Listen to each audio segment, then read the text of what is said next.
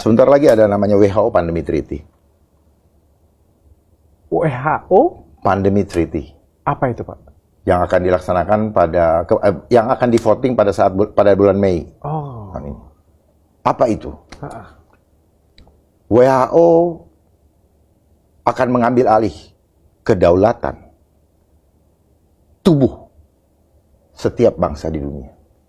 Dan mereka yang atur segala sesuatunya mengenai tubuh kita. Berarti salah satu biangnya juga WHO ini, Pak? WHO itu hanyalah badan khusus. Jadi kena gini ya. Salah satu, jadi Pak, ya? Jadi yang bermain ini adalah United Nation. Oke. United Nation ini pemegang yang memiliki sahamnya adalah salah satunya Rockefeller. Oke. Itu tanah di New York punya dia tuh. Gitu.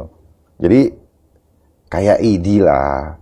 Bagaimana ngatur orang, ngikutin aturannya. Oke. Ini bukan negara. Ini non-state actor. Oh, organisasi. Organisasi saja. Tetapi karena masuk di situ artinya apa? Harus ikutin semua peraturan. Semua ratifikasi konvensi internasional harus diikuti. Nggak diikuti di embargo. Itulah kenapa Indonesia ya copy paste aja. Oke. Gitu. Ada nggak negara yang ini? Ada, tergantung siapa, tergantung pemimpinnya. Gitu. Nggak perlu takut. Mau ada Tuhan kok. Nasib rakyat di ujung tanduk. Anda tahu apa artinya? Begini, saat ini elit global sedang sibuk membuat suatu treaty. Treaty itu suatu kesepakatan tingkat tinggi, itu namanya treaty tingkat dunia. Nah, yang membuat treaty itu adalah WHO. Nah, WHO membuat suatu kesepakatan bersama untuk menghadapi pandemi, yaitu masalah pencegahan, masalah tindakan, dan masalah responsiveness. Kelihatannya it's okay. Ya kalau menghadapi itu begini pencegahannya, begini ininya, begini responsnya. Tetapi di dalam treaty itu ternyata ada sesuatu hal yang sangat krusial, sangat mengerikan. Jadi begini, kalau suatu negara terjadi bukan hanya pandemik, tapi epidemik saja, maka yang berhak mengatur untuk responsiveness adalah WHO. Dan WHO akan berkuasa sepenuhnya, ceritanya begitu. Bayangkan ya, kalau WHO mengatakan, harus vaksin semua, maka semua harus divaksin. Tidak ada kecualinya. Apakah mau sakit kayak mau nggak sakit kayak semua kayak nggak mau divaksin dipidanakan. Coba. Kemudian tidak boleh bergerak, tidak boleh keluar kota, tidak boleh ini. Semua dari WHO. Padahal apa betul itu untuk benar-benar untuk pandemik? Belum tentu. Mungkin mereka punya kepentingan-kepentingan yang lain untuk melumpuhkan negara kita, untuk membuat negara kita terpuruk. Nah, itu yang kita takutkan. Tidak boleh ini, tidak boleh itu tuh mutlak. Tidak seperti COVID kemarin. Kalau COVID kemarin Pak Jokowi masih bisa entar dulu. Tapi nanti kalau dengan pandemi treaty, no way. Siapapun presidennya harus nurut dengan WHO. Kalau terjadi epidemi ataupun pandemi.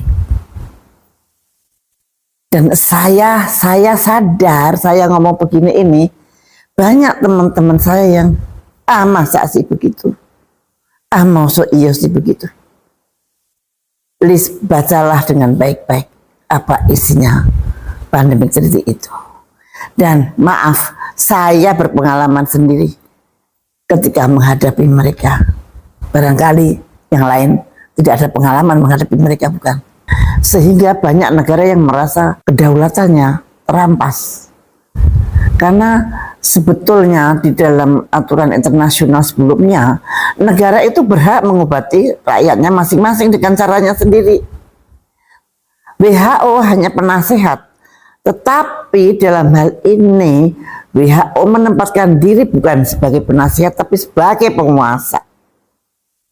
Kalau ada pandemi, maka sayalah yang berkuasa. Semua harus ikut saya. Nah, itu yang berbahaya. Walaupun bentuknya, covernya itu tidak berbahaya. Covernya seolah-olah fine-fine saja. Saya pernah menanyakan kepada elit yang berwenang dalam hal ini, dan dia mengatakan itu hanya soal pemerataan vaksin untuk negara-negara miskin. Tapi ternyata setelah saya pelajari sendiri, ternyata tidak. Apa akibat pandemic treaty untuk rakyat Indonesia? Jadi kalau pemerintah kita menandatangani pandemic treaty, artinya pemerintah tidak akan berdaya melindungi rakyatnya ketika ditekan oleh WHO. Padahal itu kepentingan WHO, belum tentu kepentingan rakyat kita. Jadi begitu WHO mengatakan A, dan padahal A itu sangat menyakitkan rakyat, pemerintah tidak berdaya. Karena tidak boleh pemerintah itu tidak nurut dengan WHO. Nah, terus siapa yang akan melindungi rakyat? Terus siapa? Nah, itu dia. Maka kalau pandemic treaty ini ditandatangani, artinya keselamatan rakyat di ujung tanduk. Pandemic treaty sungguh sangat berbahaya untuk kedaulatan satu negara. Dan teman-teman saya dari luar negeri semua mengabarkan kepada saya bahwa kamu kok diem saja, kamu tahu nggak itu pandemic treaty? Dan kemudian saya pelajari dan saya kaget, dan ternyata sangat membahayakan. Dan saya lebih kaget lagi, ternyata negara kita menjadi co-sponsor. Jadi sponsornya ada dua, Amerika dan Indonesia. Apakah Pak Jokowi tahu apa tidak, saya nggak ngerti. Mudah-mudahan Pak Jokowi bukan dari Pak Jokowi, mudah-mudahan. Jadi masih ada Pak Jokowi untuk andaikan itu menolaknya. Rusia dan 12 negara yang lain menolak. Kemudian negara-negara yang lain juga banyak menolak. Filipina juga menolak. Kemudian Amerika, parlemennya dari Partai Republikan juga menolak. Cuma sekarang masih berkutukan dengan Demokrat tentunya, karena yang berkuasa Biden dari Demokrat. Jadi ternyata penolakan itu terus membanjir. Nah, bagaimana Indonesia? Indonesia harusnya menolak. Tapi caranya bagaimana? Karena yang menolak harus pemerintah. Atau dari segenap rakyat, seluruh rakyat Indonesia. Kalau seluruh rakyat Indonesia menolak, itu akan bisa kita tolak. Tetapi kalau hanya pemerintah, bagaimana kita bisa mengharapkan pemerintah kita? Sebetulnya kita tidak boleh ya menjudge bahwa pemerintah kita pasti lemah, juga tidak boleh. Pemerintah kita harus kuat. Tapi apa iya bisa kuat untuk menolak treaty itu, atau tidak mau menandatangani treaty itu? Tolong pemerintah, para elit yang kira-kira berkaitan dengan urusan ini, tolong dikaji lagi. Kami bersedia untuk memberikan masukan, karena ada hal-hal yang berbahaya kadang-kadang diselipkan sehingga Anda tidak bisa mengerti. Ini pengalaman saya ketika saya menghentikan pandemi yang akan terjadi pada waktu itu, yaitu pandemi flu burung. Ini pengalaman saya pribadi. Dan sangat sayang kalau pengalaman saya pribadi ini tidak saya sumbangkan untuk negara saya. Ayo para elit yang berkecimpung di masalah ini, please renungkanlah bahwa Anda mempunyai kedudukan di situ adalah untuk melindungi bangsa dan negara Kesatuan Republik Indonesia.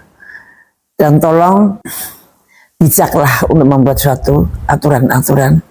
Jangan sampai kedaulatan kita akan terampas oleh sebuah treaty.